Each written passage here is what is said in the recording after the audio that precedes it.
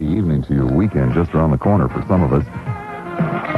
April 24th, 1987. Lassiter with you until 11, as I am every Monday through Friday, right here at News Talk 57 WPLP, and of course every 4th or 5th Saturday. And guess what? Next Saturday, not tomorrow, but the Saturday after that, happens to be a 4th or 5th Saturday, so we shall be with you from 9 in the morning until noon, and that should be exciting, because that means we will be doing the program with the best 4 hours of sleep under our little belts, and it should be quite a raucous affair. I feel certain it will offend the FCC and probably a lot of other people, too, but that's what you get when you bring a guy back in with 4 hours of sleep to do a talk show. In any event, we're going to be open tonight right on through to the 11 o'clock hour. A handful of things, nothing terribly traumatic that I want to bring to your attention. One thing I do want to bring up, and I'm not going to belabor this point, but for the benefit of those who did not hear the 10 o'clock hour last night, a very brief explanation of what I have gotten myself into, if you will. Yesterday evening, right before I went on the air, right before I left the house, actually, I received a call from a friend, Neil Rogers at WINZ in Miami, to tell me about a campaign that he has started, and he invited me to join in on it. So Neil Rogers at WINZ, Jerry Williams at WRKO, and myself, Bob Lassiter, here at good old Tampa Bay, WPLP, are asking people to enter a campaign that is being called SOFAR, S-O-F-A-R, Save Our First Amendment Rights, to petition the Federal Communications Commission to rescind its shotgun ruling of April 1987. And what we are asking you to do is to send in a self-addressed stamped envelope, a legal-size stamped envelope, self-addressed, and you shall receive by return mail a petition with a place on it for 25 names asking the Federal Communications Commission to rescind its order concerning indecent radio. The primary reason behind this is no one is in favor of indecent radio. I'm more than aware of that. But the Commission has failed to tell us what indecent radio is, and it is obviously a scare tactic. It is obviously a very broad brush intended on the part of a handful of people to intimidate the industry. It is a clear-cut case of an abuse of the First Amendment in this nation. It is aimed primarily at Pacifica Broadcasting and Howard Stern. Howard Stern is a disc jockey in the New York area who is also syndicated in the Philadelphia area. Howard Stern talks to, over the course of any given week, well in excess of 1 million people. 1 million different people. His share in some areas is up to 30%. In other words, 30% of the audience listens to this man in some areas. The Federal Communications Commission, upon receiving a whopping total of 69 complaints against Howard Stern, all of them from an organized group, has come down hard and heavy. I don't think it's right. I should think that anyone who listens to talk radio shouldn't think it's right. And if you don't think it affects you, then I have some rather interesting information for you. Joining me in studio tonight for just a very few minutes is the executive producer here at WPLP, Joyce Bender. It is not my style to bring in my executive producer to kill a couple of minutes at the start of the show while I desperately wait for phone calls, as is the style of some people in this town. We won't mention any names, Hack. But I've brought Joyce in because she informed me of something shortly before going on the program, and it is mildly complicated, and I wanted to make darn sure that I didn't get anything backwards. I'd called Joyce earlier today from home and asked her to line up for me next Wednesday or Thursday night a representative from the Federal Communications Commission so that we could go over with the Commission exactly what the problem is, precisely what it is that they have in mind. And I set Joyce on to the task of getting a guest from the FCC. Joyce, I'll let you pick it up from there. What happened? Well, I called our local FCC office, and they told me that they don't handle those kind of things at all, that they're mainly just a monitoring system, and they aren't briefed in those matters, and so they don't know nothing. It's not their job. That's right. They don't do that. Okay, what next? So they gave me an office to call in Washington, the FCC Broadcast Bureau, they called it, and I called up the Mass Media Bureau, which they directed me to. I was supposed to speak to someone called Donna Searcy there. And when I did that, they sent me down to Field Operations Bureau, who sent me back to the Mass Media Bureau, who sent me to the General Counsel's office, and then they sent me to someone called John Kemp of Public Affairs. This is all on our dime, of course. Of course, yes. So when I spoke finally to the Public Affairs office, they then told me I should go to the Mass Media Bureau again. So I finally found someone in the News Media Bureau, which I guess is some part of the Mass Media Bureau. I sort of lost track along my 7th or 8th time around. I think we can all understand why. Okay. Well, anyway, I spoke to someone there, and she said, well, you'll have to speak with Sally Lawrence, and she's the chief of the news media. That's what they said. Well, she did call me back, in essence. She said to me that they didn't want to get involved in those talk shows. Well, what? They don't want to what?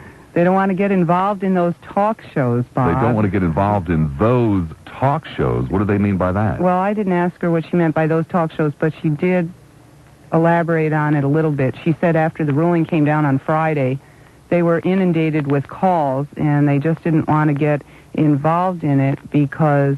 Well, now, wait a second. They've put out this shotgun ruling, haven't explained what it means, and they don't want to get involved in it? Well, she said to me that they're not looking to inhibit free speech at all. Mm-hmm. And what... Or to promote it, apparently. Well, I can't speak for Sally, Bob, but Ms. Sally Lawrence did say that they're receiving a lot of criticism on the issue, and they said it's new and... They received more than 69 complaints, did she say? I didn't get a chance to ask her that, Bob. She was rather hurried about it, but she did... Strange number, too.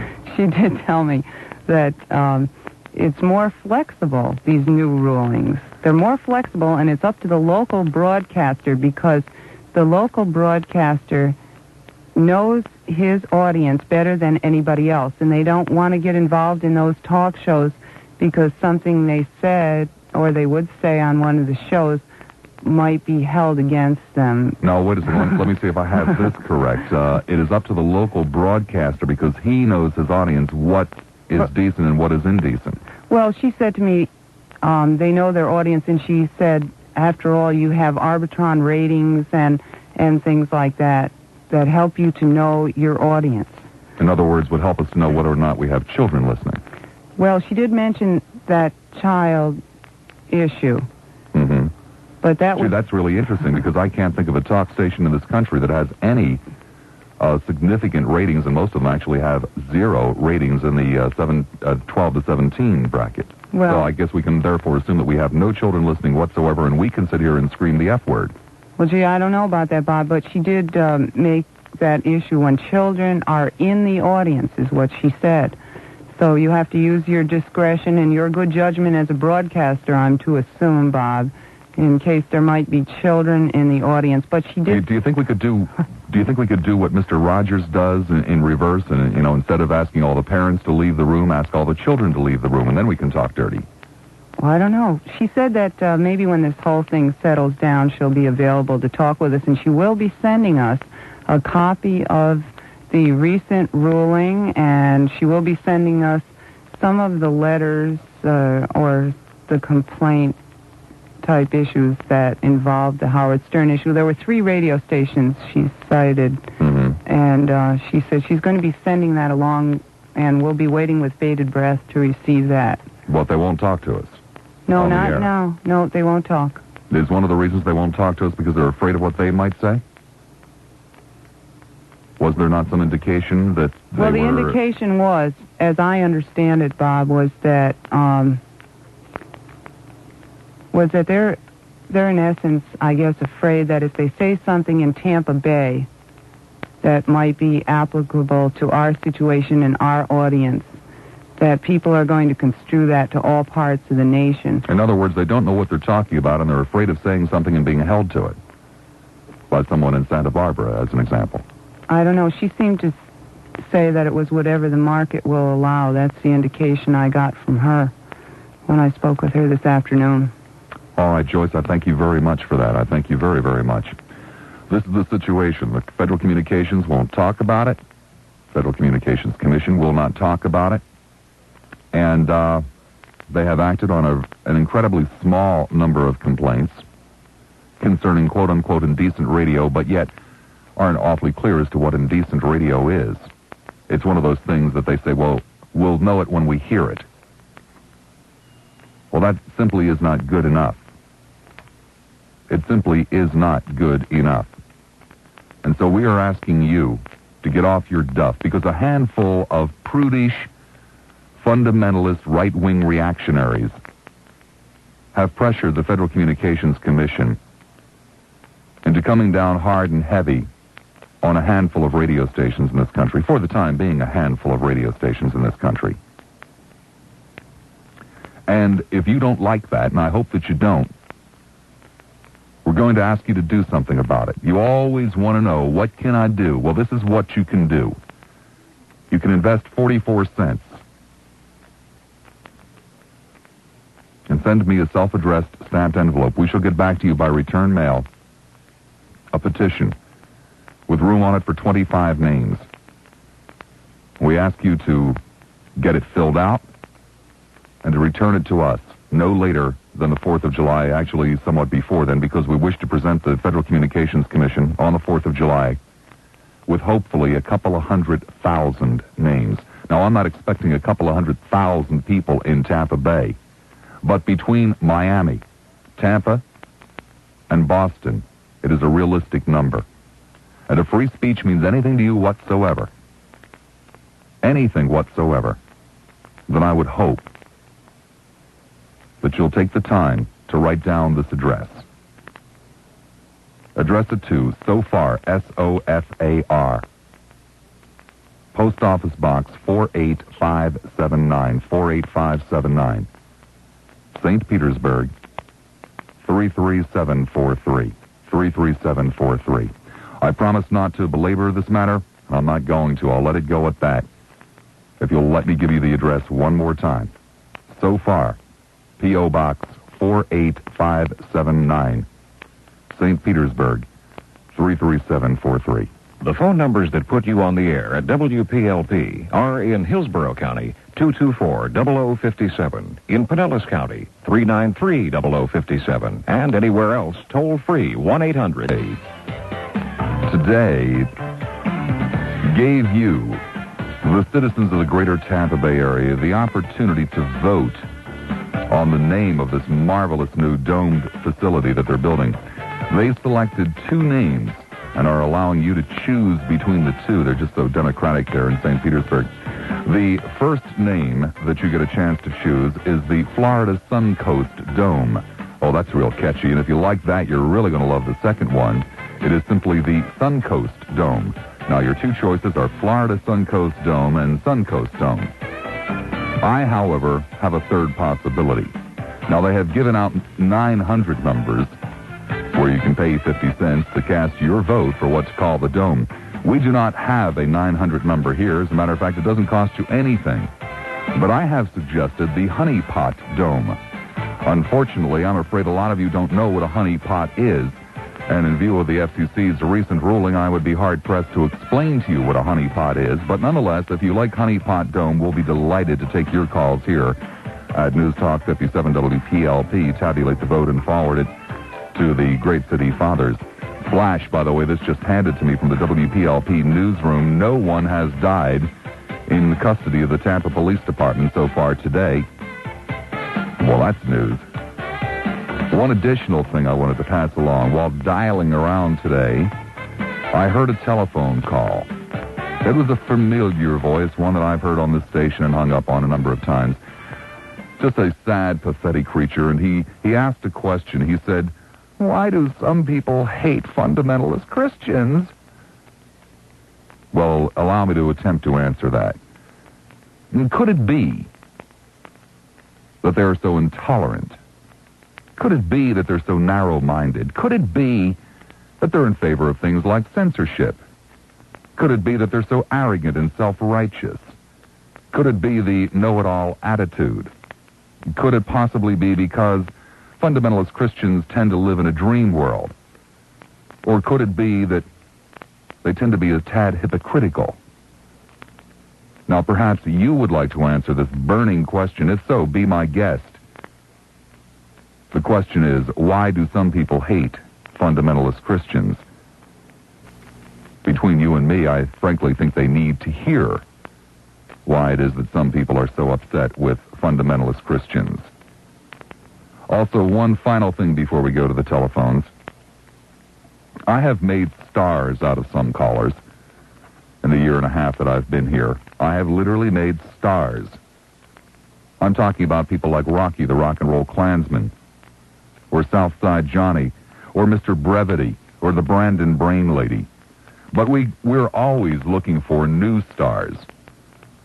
And if you would like to be a new star of talk radio, we'll be holding open auditions all night tonight. If you think you too could become one of the great characters of Tampa Bay talk radio, it's up to you. Open auditions all night. One line open, it's in Hillsborough, 224-0057, St. Petersburg. Hi, you're on the air at WPLP. Yeah, I'd like to know who told you that this FCC ruling violates your First Amendment rights. Nobody had to tell me, sir. I'm not one of those people that has to be told what to think. Well, this is interesting because this ruling not only doesn't it violate your First Amendment rights. Oh, I beg your pardon. It quite does. Well, the reason why it doesn't is what does the because First Amendment? What does the First Amendment protect? The reason why. What does the First Amendment protect? Free speech. No, unpopular speech. Well, that's what it protects, and the only exception to it is speech that damages or hurts another individual. However, okay, you don't have free speech because you don't have the right to broadcast at all because you've been granted the privilege to broadcast. No, I haven't, sir. No, sir. License. No, I don't have an FCC license, sir. Oh, your station doesn't? No, the station does, but I don't. You see, you can go out and buy a newspaper or publishing rights or stand on a soapbox and have your First Amendment rights. Yes, you also buy an FCC license, sir. Yeah, that's granted to you. No, sir, you buy it. No, you're quite wrong. It is not granted. It is purchased. It is purchased, but according to your disclaimer every year, you are granted the license to... No, you're granted a renewal. You're granted a renewal. The original license, the original construction permit is purchased from the government. But the fact remains, we're not dealing with a private newspaper. We're dealing with something that no one can own. Yes, we're dealing with the public airwaves. I'm glad you brought that up. I'm glad you brought that up. And 69 people in a metropolitan area of 8 million in Philadelphia and a metropolitan area of close to 20 million in New York, 69 people have dictated what will be heard by over 10% of the country. Yes, sir, they are public airwaves. I quite agree with you. They are public airwaves. And 69 fanatics, 69 prudes have strong-armed the Federal Communications Commission into coming out with a form of censorship. We've got government commissions that act upon complaints. Oh, really? I'm glad. That's good. 16. I'm hard pressed. Like you. I'm hard pressed, sir, to think about. Well, for example, how about if 69 people complained about sending money to Nicaragua? Well, you'd have to prove that that's in violation of the law. What's wrong with that? Who are they going to complain to? Oh, sir, there was no violation of the law in the case of Howard Stern. He hasn't been indicted for anything. He hasn't been arrested for anything. He's just been told arbitrarily that if in the future he does it, he'll be in major trouble. That's right. So he's not in the violation of any law, sir, because no law exists. It is a ruling. It is an opinion. Is that since no one owns the airwaves, it's up to the government to police them. It is up to the government, the Congress, the representatives of the people. Well, sir, you're forgetting, sir. What shall go over sir, you're forgetting a very major point, and we will not continue the discussion until you come back and address this point. Free speech is protected under the First Amendment of this country. Free speech under the First Amendment is what is unpopular. It gives you the right to say what is unpopular. You have the right to say anything unless it hurts somebody. Sir, tell me, sir, what saying weenie, or who, by my saying weenie, in referring to the male member, tell me who that damages, sir. Tell me who that hurts. That's a moot point. No, it's not a moot point, sir. We're talking about a First Amendment right in this country. It is not a moot point. You tell me who it hurts. You tell me who it hurts. I mean, I don't care how much of a prude you are and how offensive you find it. It doesn't hurt or damage you. And you have the right, sir, to go over and turn it off. And you have the right to say anything you please, but not over the public airwaves. You want to get a soapbox? Get a soapbox. You want to buy a newspaper? Buy a newspaper. Oh, in other words, because you don't like something, I can't say it. Is that what you're telling me, sir? I have the right to complain to the FCC. I hope the rest of you are listening to this conversation. Shut up! I said, I hope the rest of you are listening to this conversation and are getting out your envelopes now, your self-addressed stamped envelopes, because this is what we're dealing with. Yeah, that's what we're dealing with, sir. Yeah, we're dealing with a prude who doesn't like it. I think you own the airway. Who doesn't even hear it. You think you own it doesn't even involve the Tampa Bay area. You don't even have to hear it. As you've already told me, you've never even heard Howard Stern. I own the airwaves just as much as you or anybody else does. You got it, fella. They are public airwaves, and 69 people like you are not going to control them. Okay, friend? You better mind your P's and Q's, pal. Oh, is that a threat? Yeah. Oh, how's that, sir? Because I have to straighten out one of your other comments saying that the 200 complaints the FCC got about you was because you were running down the president. Wrong. They got complaints because of you openly advocating discrimination against religious groups based upon their religious beliefs. Why? Because I wrote some of them, pal. Oh, really? What's your name? What's my name? Yeah. I'm not going to tell you my name. Oh, why not, coward? Too bad. Why not, coward? You're the man that advocates a third-party boycott, which is a federal offense. That's why, because You're the man who has advocated a third-party boycott. Shut up! You're the man who has advocated a third-party boycott, which is a public offense, or a federal offense, excuse me. I'm not in the least bit surprised you would want to give us your name. Oh, why don't you go ahead and cite me the law, then? Not up to Boycotting is me. a federal offense. A third-party boycott is. This is great. Listen to this. Mr. First Amendment here, Mr. Freedom. Boycottings are illegal. What else should be illegal, Bob? Oh, no, sir. I didn't say... Sir, jerk. I didn't say boycotting is illegal. Third-party boycotting is illegal. Where does it... Well, tell me. Where's the law that says so? You'll find out if we ever find out who you are. Oh, really? That's another muley threat. Well, then why don't you give us your name? I'm not going to give... Because I've received threats from you and your station already. Oh, you have? Yeah. Cite them. Threats. Physical threats from me and my station. That's right. Oh, you're just a hopeless liar, and you call yourself a Christian. Want me to tell you the people who threaten me? You want me to give you their names? Yeah. Let's see. One is named Johnson. Johnson, The other one, that's his last name. Uh-huh. And the other one's name is Connolly. Uh-huh. How do you like that, pal? Well, why don't you file charges since you've made accusations? Why, I don't need to. Oh, you don't need to? No, because I know they don't know who I am. Oh. I'm going to keep it that way. Yeah, we know who you are. You're a blatant liar. Yeah, I'm a liar. That's right. I'm a liar. Yeah. You're a liar unless and until you back up the accusations. Well, you are a liar. The party's over, pal, and you're going to have to start minding your P's and Q's. Oh, really? Respect the other people in this country who also own the public airways. Uh-huh. The public airways, not your little private party line. Uh-huh. If you want to have your little private party line, go buy yourself a cable show. Really? You liberal geeks were crying about Playboy on cable, and all you liberals were saying, well, it's not like it's being broadcast. Uh-huh. Now that obscenities are being broadcast, all you liberals wimp out and want to change the... Oh, you want to talk about wimps? You're the wimp, baby. Yeah. You're the wimp.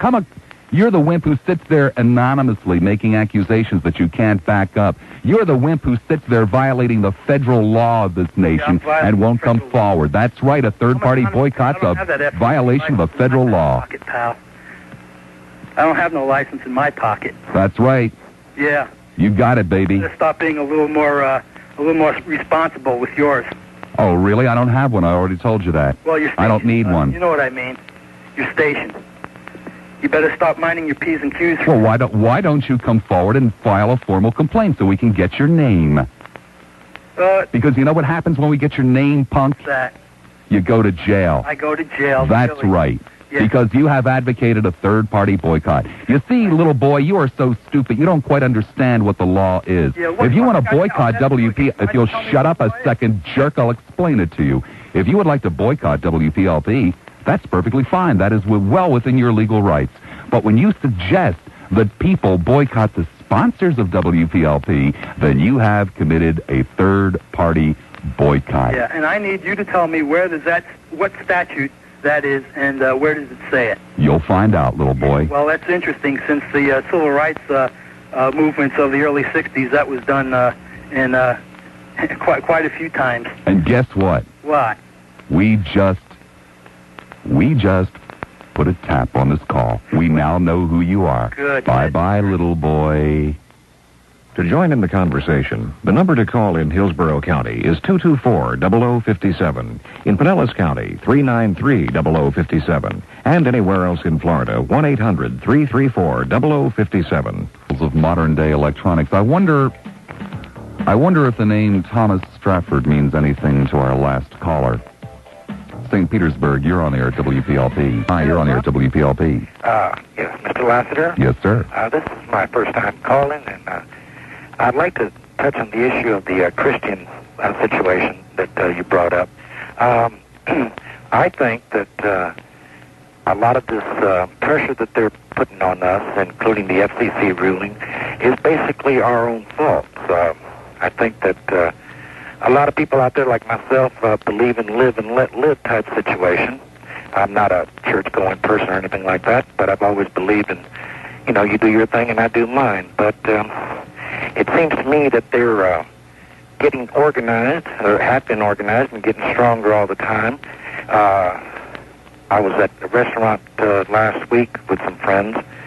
We were sitting talking, and it was nothing vulgar or derogative of any type of discussion being said, when shortly after we were there, the manager came over and stated that the lady in the booth next door, which had been conversing with her friend about religion all the time that we were there, said that our conversation was offensive to her, and for the manager to come over and ask us to stop or to remove ourselves from the place.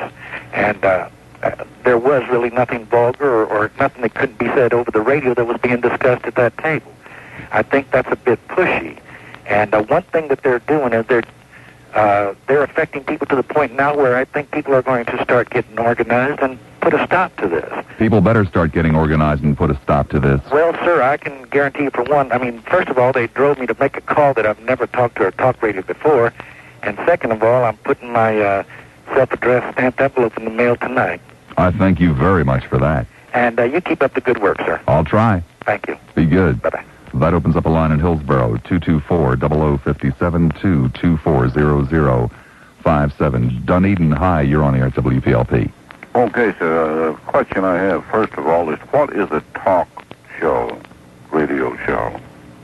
Well, it's generally thought to mean a telephone talk show, what you're listening to right now. Okay, does that mean there's a two-way communication? As a general rule of thumb, that is the accepted definition for a talk show. Okay. And that means that it's not edited or censored? Edited or censored? Well, it's live. It's live. It's live. It runs on a 3-second delay. Okay, but in order to get on your show, do you understand that one can be censored before he gets there? That's correct. And also, once he gets on your show... But, sir, it is not the government doing the censoring. No. It is a private individual decision. Let's forget it. I think I love the government and the fact that what they're trying to do here. Mm-hmm. They're trying to protect us. I happen to be one of those brain... Trying to protect you from what, sir?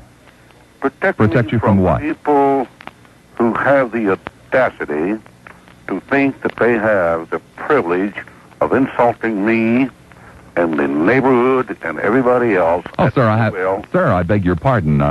You're free to insult me. I'm free to insult you. This is America, sir. You can insult anybody you want to. I'm going to give you an insult. I'm going to call you a pig. Oh, my goodness. And you know what kind of a pig that is? What kind of a pig is that, sir? That's back where you came from the 60s. They call male chauvinist pig. Oh, really? You apparently don't know what a male chauvinist pig is. Well, you certainly personified it beautifully. Oh, well, you're quite wrong, jerk.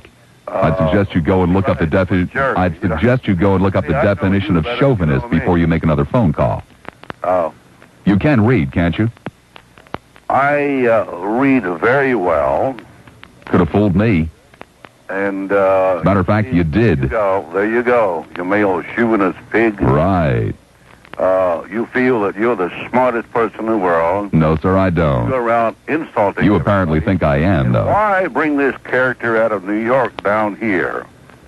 Nobody's trying to bring this character out of New York down here, sir. That's a New York problem. Sir, nobody's trying to bring him down here, are they? But I guess you didn't bother to read about that. Oh, yes, sir, I've read about it. Oh, you've read about it? Tell me, sir, where you read that people are trying to bring Howard Stern to Tampa Bay. I listened to your program earlier this evening, and there was a knowledgeable person on there who was telling about what happened and everything. And, you can have a very informative program, and you're a very smart person. What I don't know... Oh, really, sir? I thought I was very dumb just a second ago. I was very dumb. No. Well, you're My, a how quickly I have. pig. That's one thing. But Chauvinist, sir. Chauvinist. Male chauvinist pig. Right, I really hate to see you embarrass yourself, but if you insist, I will no longer try to set you straight. But you are a smart person, and you can offer an awful lot to the community. But take the chip off your shoulder a little bit and understand where we're coming from. Sir, I couldn't care less. Sir, I couldn't care less where you're coming from, and how dare you have the audacity to call me up and tell me how to behave?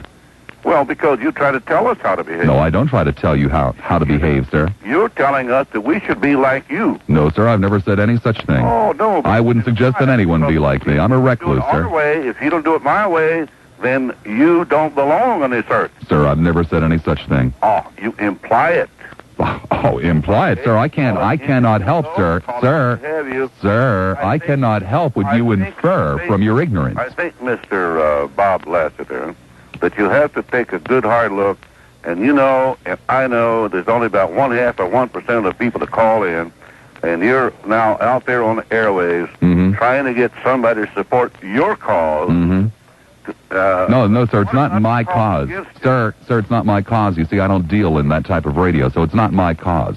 Oh, sure you do type of that radio. No, sir, I don't. Sure you do. Well, again, sir, obviously you haven't read about it, because you don't even know what the issue is. What I tell you, Mr. Bob Lassiter, is this one thing. I love you very much for your intelligence, and when you make a monologue, it makes good sense. That's right, sir.